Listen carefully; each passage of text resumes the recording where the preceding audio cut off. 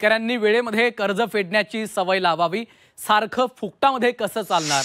कर्जमाफी संदर्भात बोलताना अजित पवारांनी वादग्रस्त विधान केलेलं आहे। बारामतीत कर्जमाफीवरून वादग्रस्त विधान केलेलं आहे। शेतकऱ्यांनी वेळेत कर्ज फेडण्याची सवय लावून घ्यावी।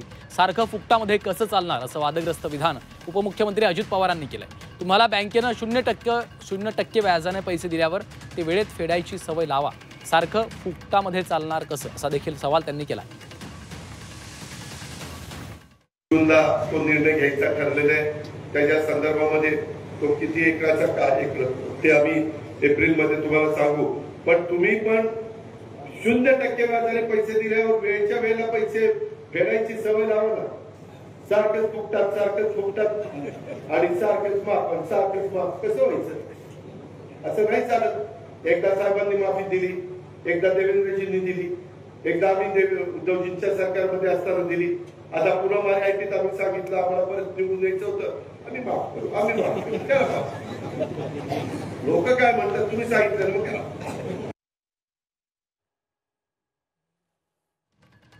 तर उपमुख्यमंत्री अजित पवार यांनी हे वादग्रस्त विधान केलेलं आहे। बारामतीमध्ये बोलताना त्यांनी हे विधान केलेलं आहे। शेतकऱ्यांनी वेळेमध्ये कर्ज फेडण्याची सवय लावून घ्यावी असं त्यांनी म्हटलेलं आहे। सारखं फुकटात कसं चालणार असा देखील सवाल अजित पवारांनी केलेला आहे। एकीकडे कालच शेतकऱ्यांच्या शिष्टमंडळासोबत सरकारची बैठक झालेली आहे। त्यानंतर सरकारनं शेतकरी कर्जमाफीचं आश्वासन देखील दिलंय। दुसरीकडे अजित पवारांनी आता हे वादग्रस्त विधान केलेलं आहे।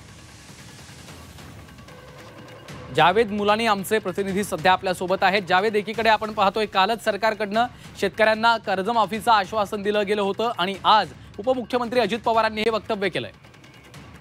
नक्कीच राज्य सरकारनं 30 जून 2026 ही कर्जमाफीची तारीख जाहीर केली होती आणि त्यानंतर राज्याचे उपमुख्यमंत्री आणि अर्थमंत्री अजित पवारांनी बारामतीच्या सोमेश्वर सहकारी साखर कारखान्याच्या गळीत हंगामाच्या शुभारंभ प्रसंगी जे आहे ते हे कर्जमाफीबद्दलचं वादग्रस्त विधान जे आहे ते केलेलं आहे। तुम्हाला बँकेनं जे 0% व्याजाने पैसे दिल्यावर ते वेळेत जे आहे ते कर्ज फेडायची सवय तुम्ही लावा।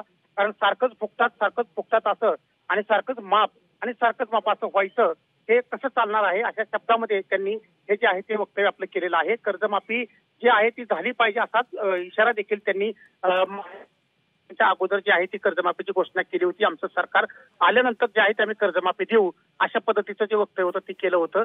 त्यामुळं आता हे नवीन राजकारणामध्ये राज्याच्या राजकारणामध्ये आगामी निवडणुका पाहता आणि एकंदरीतच हे जे वाक्य वादग्रस्त जे केलेलं आहे अजित पवारांनी त्याचे पडसाद आता उमटल्याशिवाय राहणार नाही।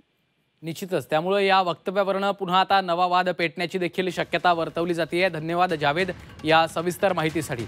सारखं फुकटात कसं चालणार असं वादग्रस्त विधान आता कर्जमाफी संदर्भात बोलताना बारामतीमध्ये अजित पवारांनी केलेलं आहे। त्यांच्या या विधानाचे आता तीव्र पडसाद उमटण्याची शक्यता आहे। एकीकडे सरकारनं कालच शेतकऱ्यांच्या शिष्टमंडळासोबत जी बैठक घेतली त्यानंतर कर्जमाफीचं आश्वासन शेतकऱ्यांना दिलं आणि त्यानंतर आता उपमुख्यमंत्री अजित पवारांचं हे वादग्रस्त वक्तव्य समोर येतंय। त्यामुळे या वक्तव्याचे तीव्र पडसाद उमटण्याची शक्यता वर्तवली जाते।